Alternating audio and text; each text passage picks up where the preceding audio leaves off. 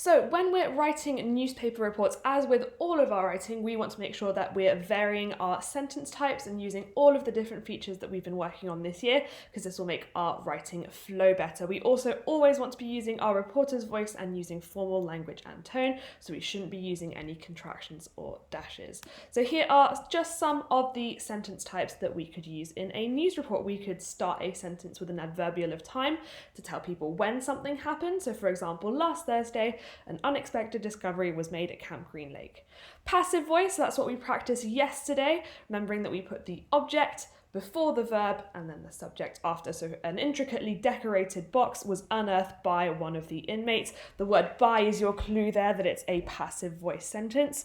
Brackets, these are used to add extra information. So a parenthesis, we shouldn't put relative clauses inside the brackets, those should be between commas. So Stanley Yelnats, one of the inmates, was digging in the desert when his shovel hit the object. So one of the inmates there, I'm just adding some extra information inside those brackets.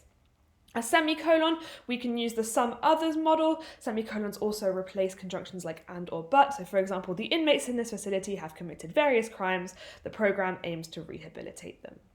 Colon sometimes replaces the word because. It's when we have some description and then we add some extra detail. So Stanley Yelnats has been rewarded for the find. He has been given time off from digging and new clean clothes.